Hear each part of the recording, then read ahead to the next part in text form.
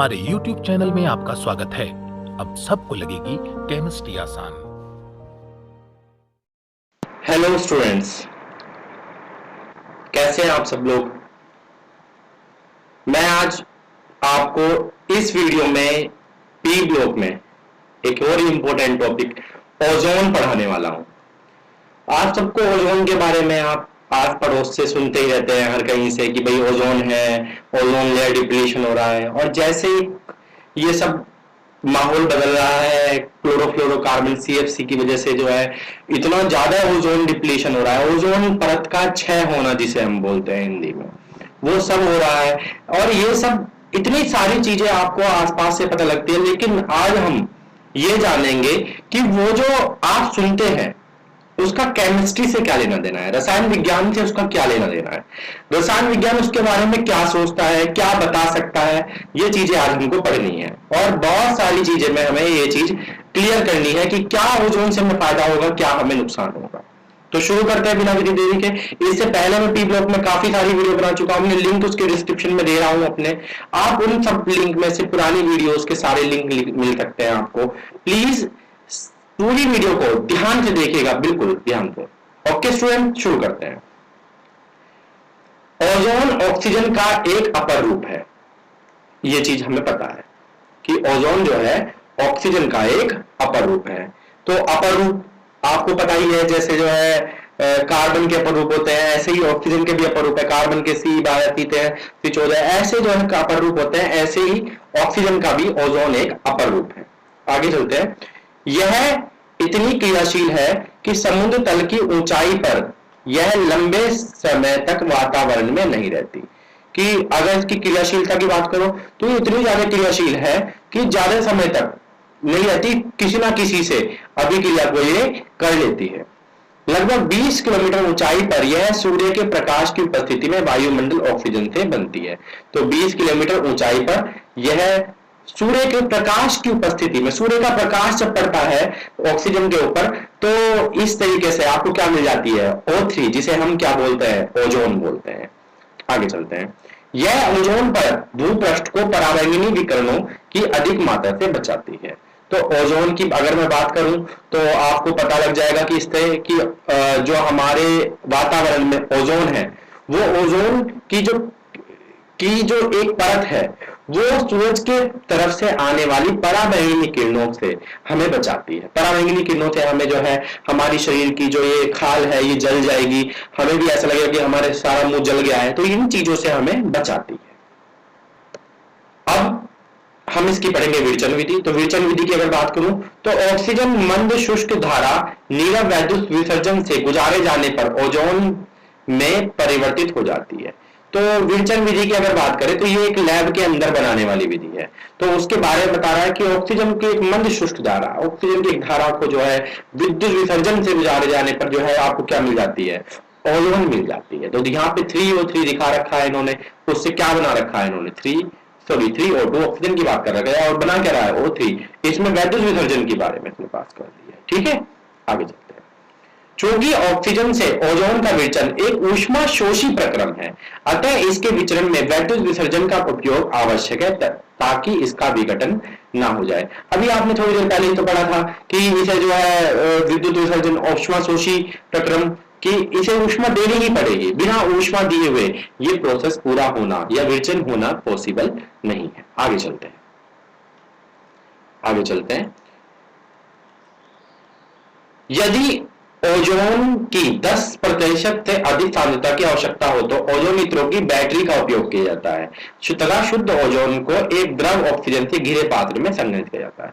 तो अगर ज्यादा मात्रा में परसेंटेज चाहिए आपको ओजोन की सांद्रता, तो आपको ओजोनित्र बैटरी, ये जो है ओजोन की बैटरी सी होती है, उसमें जो है चार्ज बहुत अच्छा सारा उसमें जो है क्रिएट किया जाता है, तो उसके से आप शुद्ध ऑक्सीजन और वो भी ज्यादा सांद्रता वाली आप प्राप्त कर सकते हैं और संग्रहित किया जा सकता है। तो ये तो आने से रहा, लेकिन ये शुद्ध ओजोन का क्वथनांक ये आ सकता है, हो सकता है ये भी। ओके स्टूडेंट्स, गुणों के बारे में अगर मैं इसकी बात करूं तो शुद्ध ओजोन एक पतली हल्की पीत नीली गैस है। तो हल्की सी नीली रहती है, गहरा नीला द्रव तथा पराबैंगनी काला ठोस तथा बैंगनी काला ठोस होती है। ये इसकी ठोस अवस्था है। आगे चलते हैं। ओजोन की एक अभिलाक्षणिक गंध होती है और थोड़ी मात्रा में हानिकारक नहीं होती, परंतु यदि सांद्रता 100 भाग प्रति मिलियन 100 ppm से अधिक बढ़ जाए तो श्वास लेने में असुविधा होती है, जिससे सिर दर्द और मितली जैसी उल्टी जैसी जो है फीलिंग आपको होती है। तो ये जो है यहां तक ये चीज इंपॉर्टेंट है। आगे चलते हैं। ओजोन ऊष्मगतीय रूप से ऑक्सीजन की तुलना में अस्थायी है। तो ओजोन ऑक्सीजन की तुलना में क्या है? अस्थायी है, क्योंकि इसके ऑक्सीजन के विघटन से ऊष्मा मुक्त डेल्टा एच ऋणात्मक होता है तथा एंट्रोपी डेल्टा एच धनात्मक में वृद्धि होती है। तो इस वजह से ये क्या है, अगर कोई पूछ ले आपसे कि ओजोन जो है क्यों अस्थायी है, तो आपको बताना होगा डेल्टा एच ऋणात्मक है और डेल्टा एस क्या है, उसका धनात्मक है। दोनों प्रभाव एक दूसरे को प्रबलित करते हैं, जो ऑक्सीजन में निर्माण परिवर्तन के लिए गिब्स ऊर्जा परिवर्तन का अधिक ऋणात्मक मान देते हैं। इसलिए वास्तव रूप से आश्चर्यजनक नहीं है कि ओजोन की उच्च सांद्रता भयंकर विस्फोट हो सकती है। ठीक है, यहां तक यह बहुत आसानी से नवजात ऑक्सीजन मुक्त करने के कारण प्रबल ऑक्सीकारक होती है। तो क्यों ओजोन एक प्रबल ऑक्सीकारक है या प्रबल ऑक्सीकारक हो सकती है, ये क्वेश्चन आ सकता है, बिल्कुल आ सकता है कि क्यों ऑक्सीजन प्रबल ऑक्सीकारक की तरह यूज होती है। तो आपको बताना होगा कि यह आसानी से नवजात ऑक्सीजन को मुक्त करने के कारण यह एक प्रबल ऑक्सीकारक है। यहाँ पे उदाहरण के लिए लेड सल्फाइड का लेड सल्फेट में और आयोडाइड आयनों का आयोडीन में ऑक्सीकृत होना, यह भी जो है एक इसका ऑक्सीकारक गुण होने के कारण यह है इंपॉर्टेंट है। आगे चलते हैं। जब ओजोन बोरेट बफर पीएच 9.2 युक्त उभय प्रतिरोधिक पोटेशियम आयोडाइड विलयन से आधिक्य में बिगड़ करती है तो आयोडीन मुक्त करती है, जिसका मानक सोडियम थायोसल्फेट विलयन के साथ अनुमापन किया जाता है और O3 गैस का आकलन पर मात्रात्मक विधि है। तो ये आयोडीन मुक्त होती है। ये भी आपको याद रखना चाहिए कि उभय प्रतिरोधक पोटेशियम आयोडाइड के विलयन से आधिक्य में अभिक्रिया करने पर क्या होती है, आयोडीन मुक्त होती है। आगे चलते हैं। प्रयोग दर्शाते हैं कि नाइट्रोजन के ऑक्साइड ओजोन के साथ अत्यधिक तीव्रता से संयुक्त होते हैं। तो आपको यह भी बताना चाहिए नाइट्रोजन के ऑक्साइड ओजोन के साथ क्या हो जाते हैं, जल्दी से अभिक्रिया करते हैं। यह संभव है कि सुपरसोनिक जेट विमानों के निकास तंत्र से उत्सर्जित नाइट्रोजन ऑक्साइड ऊपर वायुमंडल में ओजोन परत की सांद्रता की मंद गति से क्षरण हो रहा है। तो सुपरसोनिक जो जेट विमान है उनकी वजह से भी क्या हो रहा है, आपके ओजोन परत में जो है क्षय हो रहा है, सांद्रता में मंद में गति क्षरण हो रहा है, उसका ओजोन परत पतली होती जा रही है। इस ओजोन परत का दूसरा खतरा संभवतः फ्लोनो के उपयोग से है, जिसका उपयोग एरोसोल स्प्रे तथा प्रशीतकों के रूप में किया जाता है। एसी से निकलने वाली हवाएं, ये जो सारी की सारी है, इनकी वजह से भी इसमें क्षय हो रहा है। ओजोन अणु में दो ऑक्सीजन आवरण लंबाइयां समान है और उसके अणु कोणीय है, जिसमें बंधक कोण लगभग 117 डिग्री है। यह निम्नलिखित दो रूपों से अनुनादी संकरण है। तो अनुनाद स्ट्रक्चर इसके ये रहे, आपको जो है पता होने चाहिए कि कौन कौन से इसके अनुनादी संकर है, ये आपको पता होने चाहिए। बहुत ही आसान है, आपको पेपर में बनाने के लिए आ जाता है, ये कई बार ये आ जाता है, कई बार पेपर में बनाने के लिए यूपी बोर्ड में तो आया हुआ है ये कई बार। आगे चलते हैं। उपयोग, यह एक जलनाशी कीटाणु विसंक्रामी तथा जल को रोगाणुयुक्त निर्जम करने में उपयोग किया जाता है। उसका उत्पादन तेलों, हाथीदांत, आटे, स्टार्च आदि को विरंजित करने में भी किया जाता है। पोटेशियम परमैंगनेट के उत्पादन में यह ऑक्सीकारक के रूप में है, कार्य करती है। तो ये हो गया सारा। O3 एक प्रबल ऑक्सीकारक तीसरे क्यों करती है, इंपोर्टेंट क्वेश्चन है, आपको ये जरूर होना चाहिए। और दूसरा क्वेश्चन कि मात्रात्मक आकलन कैसे किया जा सकता है, O3 का मात्रात्मक आकलन कैसे पता लगे कि O3 जो है इतनी मात्रा में जो है बन गई है। तो ये दोनों क्वेश्चन आपको करने हैं अच्छे तरीके से, बहुत आसान क्वेश्चन है। ऊपर जो है इनके बारे में ऊपर दे रखा है, ये देखिए इसका जो है मानक सोडियम थायोसल्फेट के विलयन के अनुपात में किया जा सकता है, आयोडीन मुक्त होती है, ऊपर लिखा हुआ है नवजात ऑक्सीजन वाला भी। ये दोनों के दोनों के आंसर में आपको आराम से मिल सकता है, कोई इतना बड़ा इसमें से नहीं है क्वेश्चन की जो कि बहुत हार्ड। आगे चलते हैं इंपॉर्टेंट टॉपिक में, इससे भी क्वेश्चन आ जाते हैं बहुत सारे। सल्फर के अपर रूप, सल्फर के अनेक अपर रूप है, जिसमें पीली विषम लंबाक्ष अल्फा सल्फर तथा एकंताक्ष बीटा सल्फर रूप अति महत्वपूर्ण है। सल्फर के रूप जो है ये दोनों छोटे छोटे क्वेश्चन में आए हुए हैं कई बार, कि इनका जो है चित्र बनाने के लिए भी आया हुआ है। ये आपको जो दो चित्र दिखाई दे रहे हैं ये भी सल्फर के आए हुए हैं, तो ये बहुत इंपॉर्टेंट है। कक्षताक्ष पर विषम लंबाक्ष सल्फर स्थायी रूप से अपर रूप है, जो कि 369 केल्विन पर तापक्रम करने पर एक अंताक्ष सल्फर में रूपांतरित हो जाता है। तो विषम लंबाक्ष सल्फर की बात कर रहे हैं, अल्फा सल्फर की बात कर रहे हैं। यह अपर रूप, ये इंपॉर्टेंट है, दोनों इंपॉर्टेंट है, अल्फा सल्फर और बीटा सल्फर दोनों इंपॉर्टेंट है। अल्फा सल्फर के नाम से भी आ सकता है, विषम लंबाक्ष के नाम से भी आ सकता है, एक अंताक्ष के नाम से भी आ सकता है, बिल्कुल आ सकते हैं दोनों। तो इसकी बात करते हैं। यह अपर रूप पीले रंग का होता है, जिसका गलनांक 385.8 केल्विन तथा विशिष्ट घनत्व 2.06 होता है। तो ये पॉइंट आ जाता है कि अल्फा सल्फर जो है कैसा होता है, आपको पता होना चाहिए।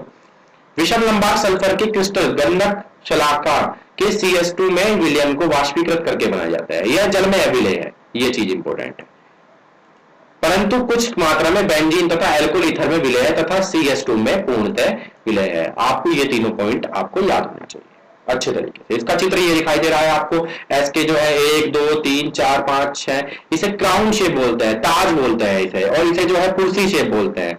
तो ये ताज है और ये कुर्सी है, बहुत आ जाते हैं, ठीक है। इसे बोट्स फॉर्म इंग्लिश में बोलते हैं, क्राउन भी बोलते हैं, इसे चेयर फॉर्म बोला जाता है, ठीक है स्टूडेंट। आगे चलते हैं। एक अंताक्ष सल्फर, बीटा सल्फर, इसका गलनांक 393 केल्विन तथा विशिष्ट घनत्व 1.98 है। यह CS2 में विलय है, यह भी CS2 में विलय है। सल्फर के अपर रूप को बनाने के लिए विषम लंबाक्ष गंधक को एक तस्तरी में पिघलाकर तथा पपड़ी बनने तक ठंडा करते हैं। इस पपड़ी में 2 छिद्र करते हैं, जिन्हें बचा हुआ द्रव निकाला जाता है। पपड़ी को हटाने पर रंगहीन सुई के आकार के बीटा सल्फर, तो रंगहीन सुई के आकार के बीटा सल्फर क्रिस्टल बनते हैं। तो ये आपको बताना चाहिए कि कैसे ये क्रिस्टल दिखाई देता है। पूछेगा नहीं कि बनाने कैसे हैं, पर इनके चित्र की इनकी जो संरचना कैसी है वो बिल्कुल पूछ सकता है। तो आगे चलते हैं। 369 केल्विन पर ताप पर स्थायी होते हैं तथा इनके नीचे ताप पर अल्फा सल्फर में रूपांतरित हो जाते हैं। तो अल्फा सल्फर में जाना हो तो इससे नीचे ताप पर हो जाता है। आगे चलते हैं। इसके विपरीत अल्फा सल्फर 369 केल्विन ताप से नीचे पर स्थायी है तथा इसके ऊपर ताप पर किसमें, बीटा सल्फर में रूपांतरित हो जाता है। कि अगर आप ज्यादा टेम्परेचर करोगे तो वो किसमें हो जाएगा, बीटा सल्फर में हो जाएगा। 369 केल्विन पर दोनों रूप स्थायी रूप है, तो ये दोनों रूप स्थायी रूप है। यह ताप संक्रमण ताप कहलाता है। पूछा गया है कई बार, कौन से ताप पर जो है ये, उस ताप का नाम बताओ मुझे जिस ताप पर जो है अल्फा सल्फर और बीटा सल्फर जो है स्थायी रूप हो जाते हैं। अपर रूप, विषम लंबाक्ष तथा एक अंताक्ष दोनों ही सल्फर अपर रूपों में एसिड अणु है। यह एसिड अणु विभिन्न प्रकार से संकुलित होकर विभिन्न क्रिस्टलीय संरचनाएं बनाते हैं। दोनों अपर रूपों में एसिड वलय प्रकुंजित तथा किरीटिकार क्राउन शेप तथा आणविक विमाएं ये दोनों करी गई है। तो ये दोनों पूछ लेता है वो कि ये दोनों कैसी हैं, कैसे इनकी रचना है, ये पूछी गई है, कई बार पूछी गई है। पिछले 2 दशकों में सल्फर के अनेक रूपांतरण संश्लेषित किए में 6 से 20 सल्फर युक्त वलय होते हैं। साइक्लो एसिड्स कुर्सी शेप का धारण करती है। तो ये जो ऊपर वाली थी वो तो क्राउन थी और ये कौन सी है, कुर्सी है। तो सल्फर का कौन सा अणुचुंबकीय क्वेश्चन उदाहरण देखते हैं ये वाला। सल्फर का कौन सा रूप अणुचुंबकीय व्यवहार करता है। वाष्प अवस्था में सल्फर आंशिक रूप से S2 अणु में पाया जाता है, जिसके O2 अणु के साथ प्रति आबंधन ऑर्बिटल पाई स्टार अयुग्मित इलेक्ट्रॉन होने के कारण अणुचुंबकीय गुण प्रदर्शित होते हैं। तो ये दोनों जो है इस तरीके से आपको हो गई है कि यहाँ पे आपको ये सब क्लियर हो गया। इसके आगे मैं आपको जो है शुरू करने वाला हूँ इंपोर्टेंट थोड़ा सा SO2 के बारे में थोड़ा पॉइंट बताऊंगा। उसके बाद हम इसका अगला समूह शुरू कर देंगे।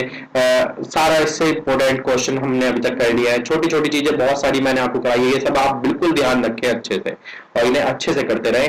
नेक्स्ट वीडियो बिल्कुल आपको दी जाएगी और अच्छे से आपको इंपोर्टेंट क्वेश्चन कराए जाएंगे। इससे पीछे की वीडियो भी एक बार आप जरूर ध्यान से 2-3 बार देखें, जिससे कि आपको अच्छे तरीके से वो चीजें आ जाए। और प्लीज सब्सक्राइब जरूर करें चैनल को, जिससे कि आपको आने वाली वीडियो का ही पता लगता रहे कि कौन सी वीडियो जो है आने वाले टाइम में आपको मिल सकती है। Okay student, thank you.